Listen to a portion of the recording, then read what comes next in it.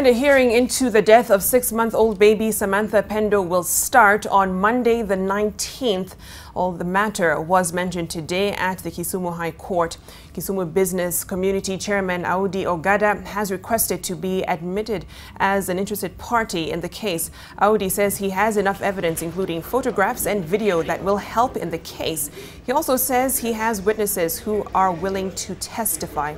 Judge Omollo has directed that a response to his request be given before the start of the hearing on Monday. Samantha Pendo was allegedly killed by a police officer during violence that erupted in Kisumu after the August 8, 2017 general elections. The officer was among police officers conducting searches in residential houses, and according to Pendo's parents, she was hit by a police baton on the head.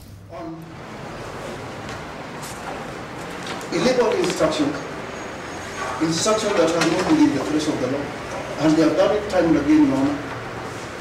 I've made petitions. I've met the Inspector General of the Police.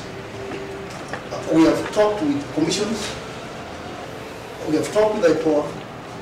We have documented this brutality. They are there, Your Honor. Even if you need a video, even if you need photos in this court, I will be able to submit. I will not be doing that if I'm a mere witness.